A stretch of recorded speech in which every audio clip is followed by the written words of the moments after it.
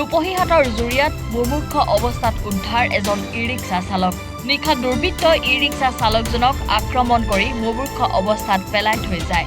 E-rickshaw চালকৰ পৰা দুৰ্বৃত্তই মোবাইল ফোনৰ লগতে নগদ ধন লৈ উধাও হয়। আৰক্ষীয়ে সিয়টাঙনিস্থিত জুৰিয়া ছোৱালী উচ্চ মাধ্যমিক বালিকা বিদ্যালয়ৰ পিছফালে মুমূৰ্ষ অৱস্থাত উদ্ধাৰ কৰে ই-ৰিক্সা চালকজনক। ই-ৰিক্সা চালক আলী হুছেইনক উলংগ অৱস্থাত ৰেল লাইনৰ নলাত উদ্ধাৰ কৰিছে আৰক্ষীয়ে। সংকটজনক অৱস্থাত আলী হুছেইনক দহগাঁও প্ৰাথমিক স্বাস্থ্য কেন্দ্ৰলৈ নিয়ে যদিও উন্নত চিকিৎসাৰ বাবে নগাঁৱলৈ প্ৰেৰণ কৰে।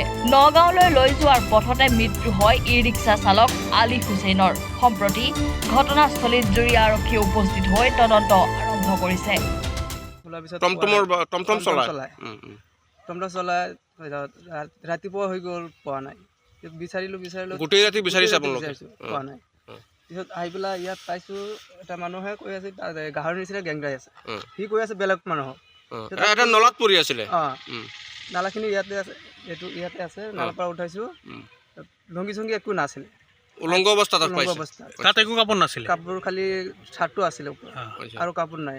আৰু টমটমটো বিচাৰিলোঁ ইফালে নাই, এইখিনি টমটম পোৱা নাই, মোবাইলো নাই ইয়াৰ লগত। আপোনালোকৰ কি সন্দেহ হয়? এইটো ডকাইতিও হ'ব। টমটমো পোৱা নাই, মোবাইলো পোৱা নাই। টকা পইচাও আছিল নেকি লগতে?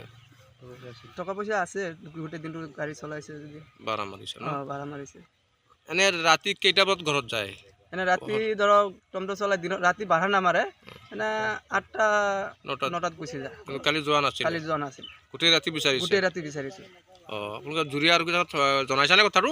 কৈছিলোঁ, কিন্তু হেৰি আছিলে, মানুহ এজন আছিলে, ডিউটিত কৈ আহিছে। এতিয়া ক'ত গ'ল? এতিয়া দগাঁও লৈ গৈছিলোঁ, দগাঁৱৰ পৰা ৰেফাৰ দিলে, দগাঁও লৈ গ'লো। অৱস্থা কেনেকুৱা? অৱস্থাটো অলপ বেয়াই আছে। গাত জখম আছে নেকি? জখম আছে। ক'ত জখম?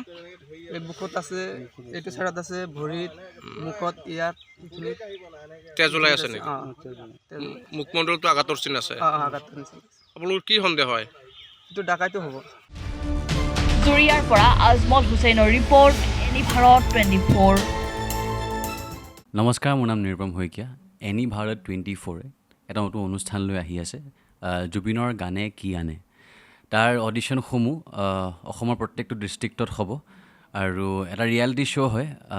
আপোনালোকে দিয়া ফোন নম্বৰ যোগাযোগ কৰিব পাৰে, আৰু আপোনালোকৰ ওচৰলৈ এনেও গৈ আছে তেওঁলোক, আৰু আশাবাদী যে আপোনালোকে এই অনুষ্ঠানটোত ভাগ ল'ব, আৰু আশা থাকিল যে আমি খুব সুন্দৰ সুন্দৰ গায়ক দেখিবলৈ পাম।